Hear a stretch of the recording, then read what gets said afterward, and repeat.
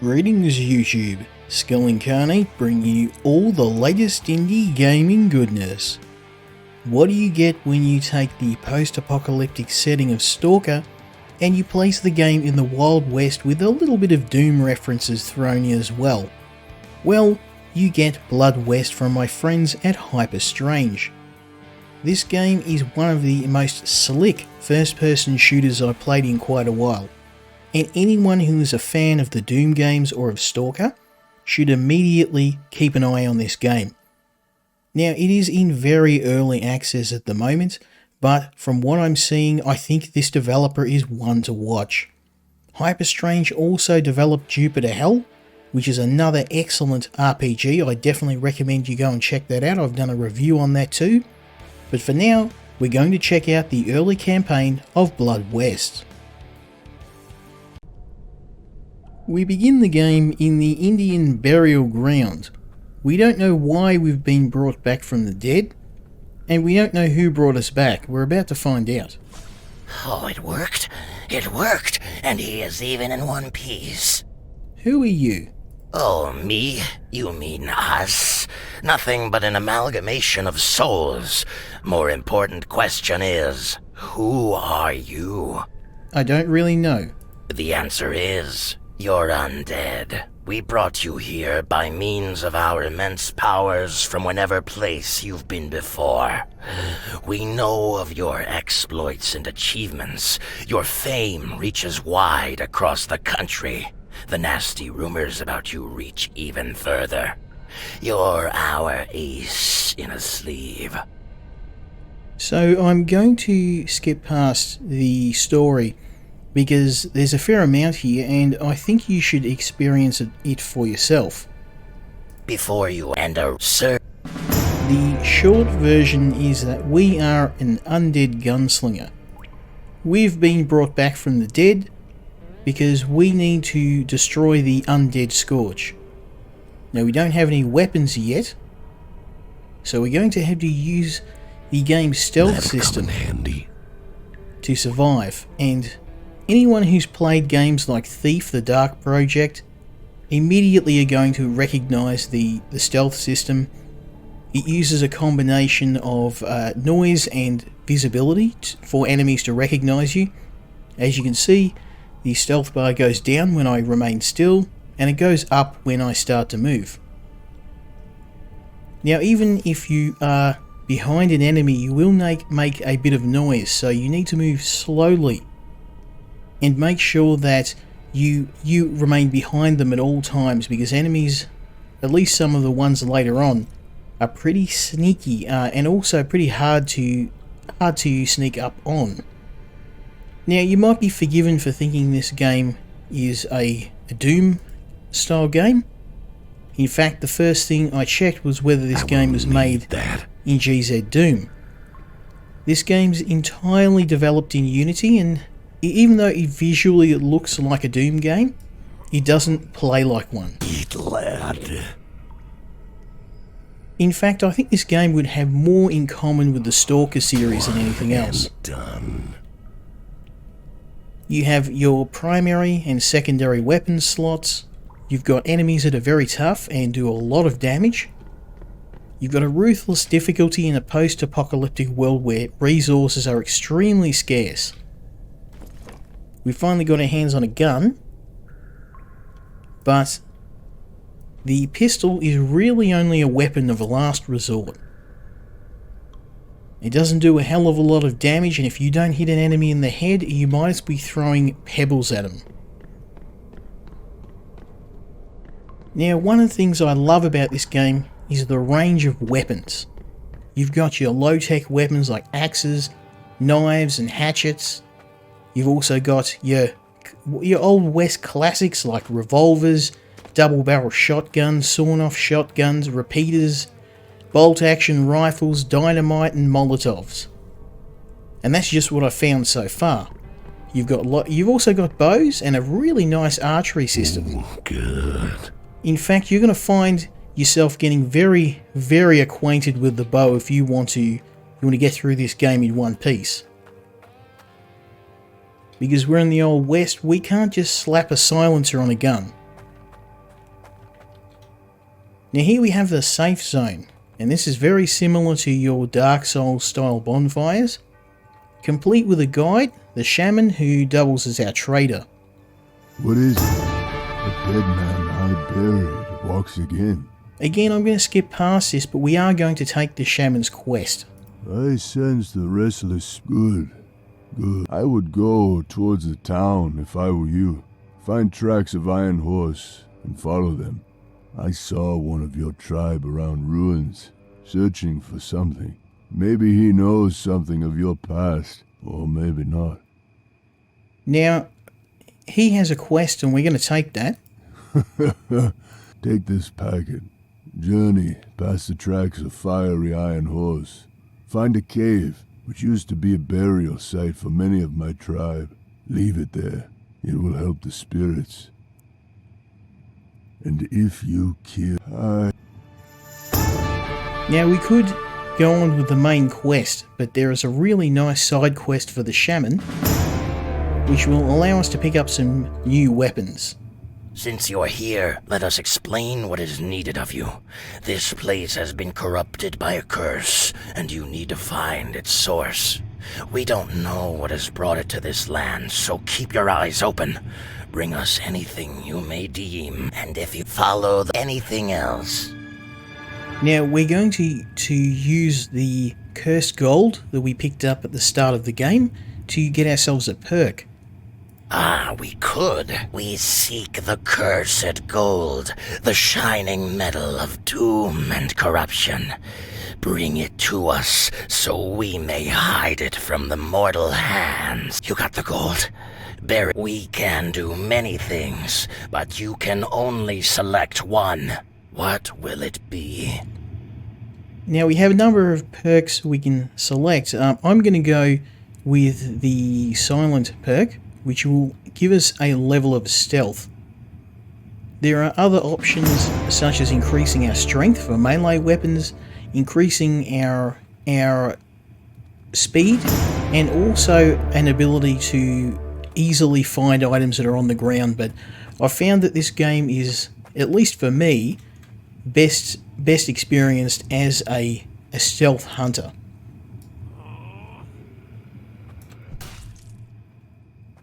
Now you can play this game a number of different ways, but I find that due to the extreme difficulty and the enemy numbers, your best bet most of the time is to stay out of sight, use your silent weapons, and only go loud when you have no other choice.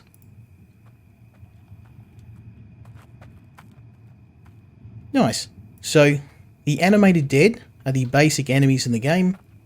They're not too tough, but if they see you, they can shred you with their claws. Need that. Your best weapon against them is, of course, your axe. Good use. You got a bit more ammo for our pistol. Come in handy.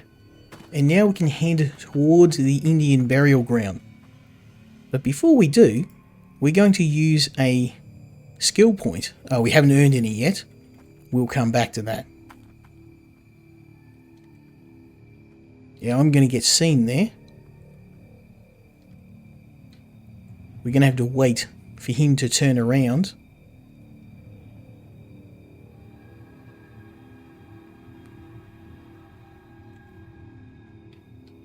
Yeah, unfortunately, he's in a really nasty spot.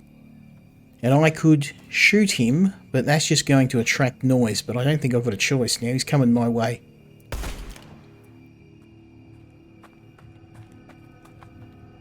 Right in the dome. Now, obviously, that wasn't a smart move if there were several of them around.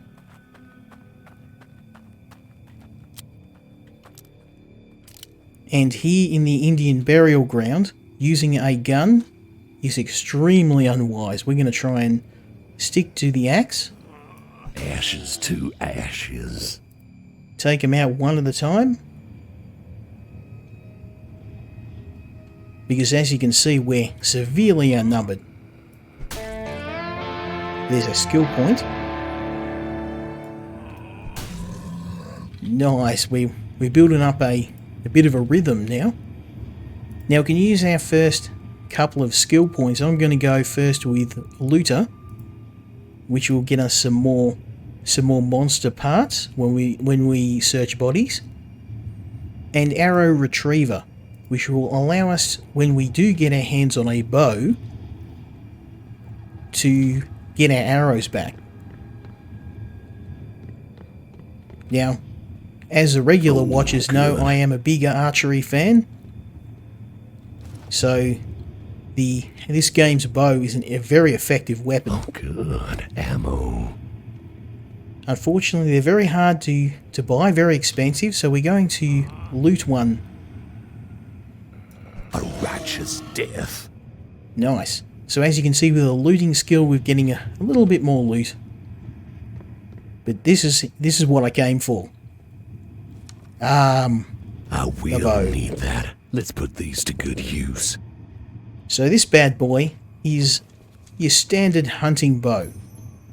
But against the undead, it's a fantastic weapon, especially if you can nail them in the head.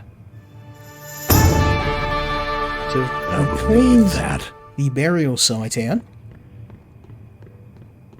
And now we can head back, turn in the quest, and more importantly ask our new friend the shaman if he's willing to sell us some arrows. We can also use our skill point to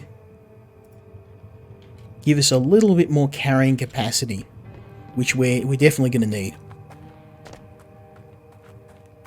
It's good to have a few weapons on you.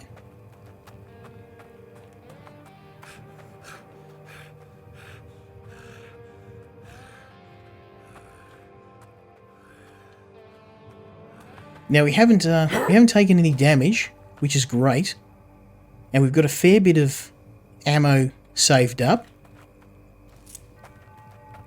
Couple of full reloads for our pistol, and the shaman. Ah, I sense the spirits of my tribe are pleased. Many a spirit here. The shaman has some arrows, and we can sell the cigars because the shaman loves him some smokes. The silver, because silver, as you know, very effective against the undead. And the teeth of the undead. As you can see, that's a fair bit of cash we got. What I'm interested in, though, is some ammo for my new bow. Nice. So now we can head on into the town.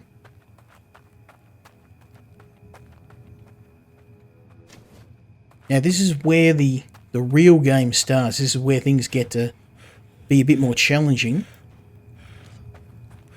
The enemies are a bit tougher, a bit more numerous, and we don't have as much ammo moving forward.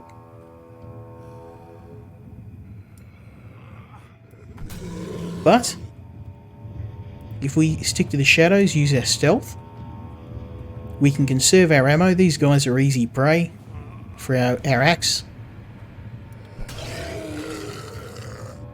Making it look easy, son. Okay. Next we have to take out the lost soul flying around.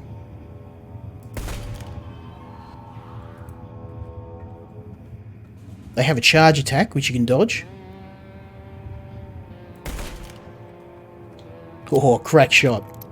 I'm a better shot with a bow than I am with a pistol, but that wasn't too bad. Now up ahead we have another trader who can sell conventional weapons, but to be honest, I don't really use them that much. You can go for an all guns blazing sort of approach. New face around these parts? Come in. It's safe here. And listen, there really isn't much to say. You certainly figure this place ain't normal or safe. Don't expect a warm welcome from the locals either. But if you really want to get to the heart of the evil, well, you're on good track. There's an old burnt church around here, and that's already quite nasty. But where's the money in that? Better to scavenge whatever you can, sell it, and leave the damn place to rot for all I care. Now this guy has your more standard weapons, but as you can see, Very, very expensive. So we're going to leave him behind, and we're gonna stick with the weapons of the hunter, as they say in Bloodborne. Axe and bow. They've served me well so far. If we do have to go loud, I have stockpiled a little bit of ammo.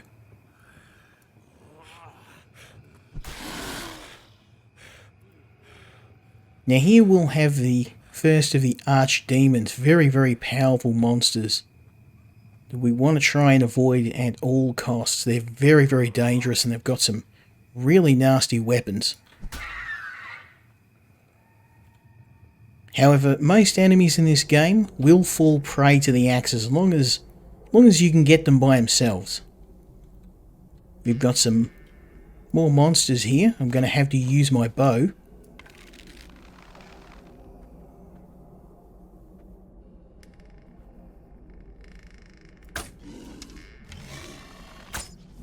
Nice. One in the spine, one in the dome. Now the bow, it's a bit tricky to use. Your aim does kind of move around a bit. Die. Oh, nice. Another second he would have seen me. Let's see if we can keep the kill streak up.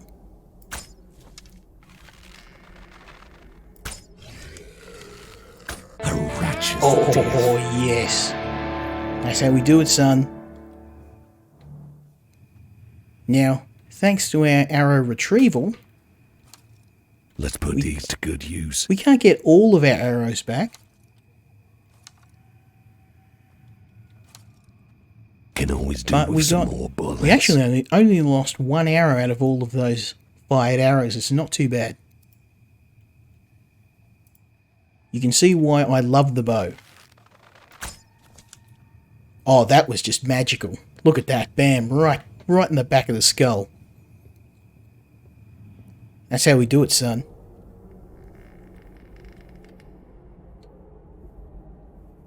Now, there we go. Gets the Pistol job ammo. done.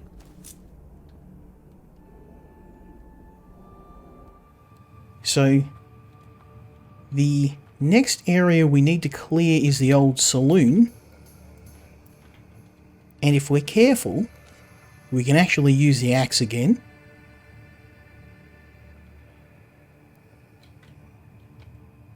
Believe it or not, ladies of the evening are not on our side.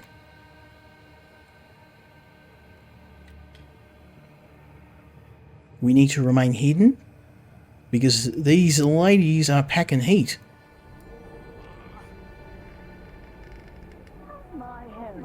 Ashes to ashes. Unfortunately for them, they fall to the axe just like the rest.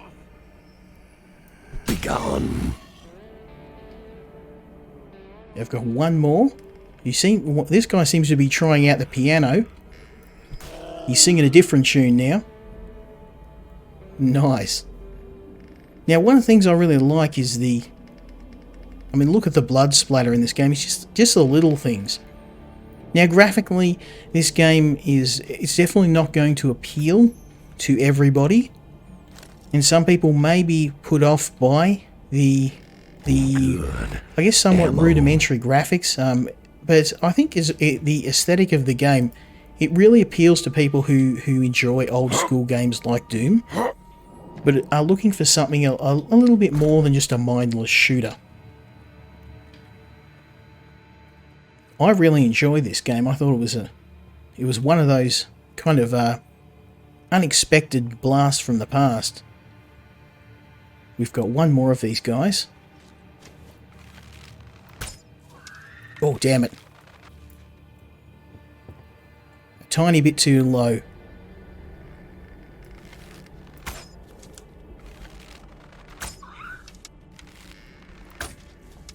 Oh, die.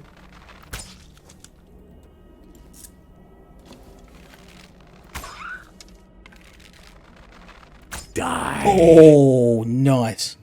Look at that, he's looking like a porcupine. Arm, chest, head. Whatever gets the job done. We did we did lose a few arrows, but that is why I brought a hell of a lot of them. I knew I'd be needing them.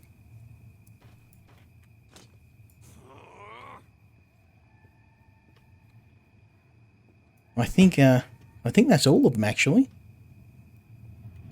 We can get an arrow back from this guy that we... Oh, look at that. Right through the back of his dome. Now these guys drop revolvers, which if we can take them out before they get a shot off, then we can steal their bullets by unloading the guns. And we've only got a couple more demons, and we'll be at the Black Church. Die. Now, the reason why I'm going for the church first is because there's another weapon we're going to need. Something that'll make clearing the town out a lot easier.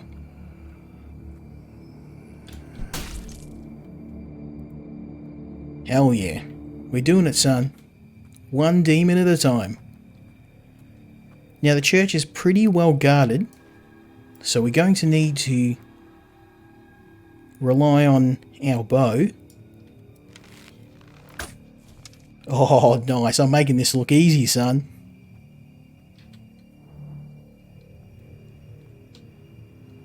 Again, if you can use stealth, use silenced weapons, it makes the game a lot easier.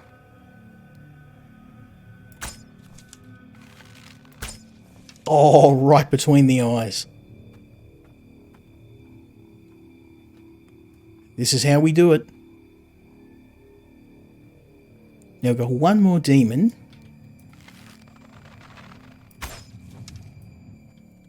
Oh man, I'm not even trying now. I'm just showing off. Whatever gets the job done. I am getting the job done. Now this is the reason why I came to the church. Hope it's not cursed. The Decapitator. A very nice shotgun, which will actually get us health if we can nail someone with a headshot. Cap that off with the fact that it's extremely powerful too. Now I've got a couple of lost souls to take out.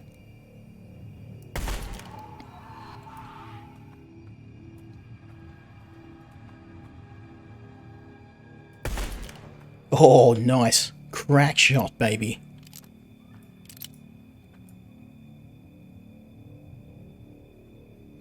Okay, 2 left. Nicely done. These guys can phase through walls and they've got a charge attack. You're not welcome here. But as long as you keep your distance and you can avoid their attack or bait it out, they're easy enough to kill. Oh, look at this. Master Marksman. Splat. Now, one of the things I do have to mention is this game does have Stay down. pretty bad level of sound normalization. You probably noticed the sound for voices is far higher than the other sound effects. NPC sounds, the main character's voice, the sound in the game overall isn't very well normalized. Oh, look at that. That's a thing of beauty. A church full of bodies with arrows sticking out all their heads. Oh, good. Ammo. Nice. So now we're into the Black Church and we have to explore further underneath. But I think that's enough of a taste of the game to give you an idea of whether you want to go and pick this one up. I highly recommend it. It's a fantastic Stalker-like game with a little bit more of a retro feel. I'm very excited to see what Hyperion does with their future titles, and I'm very excited to continue playing this game. If you would like to see more, please let me know in the comments, leave me a like, leave me a subscribe if you enjoyed this. Thanks again to Hyperion for letting me have a look at this game, and hopefully you join me next time when we look at another indie game. Until then, Skill Incarnate, out.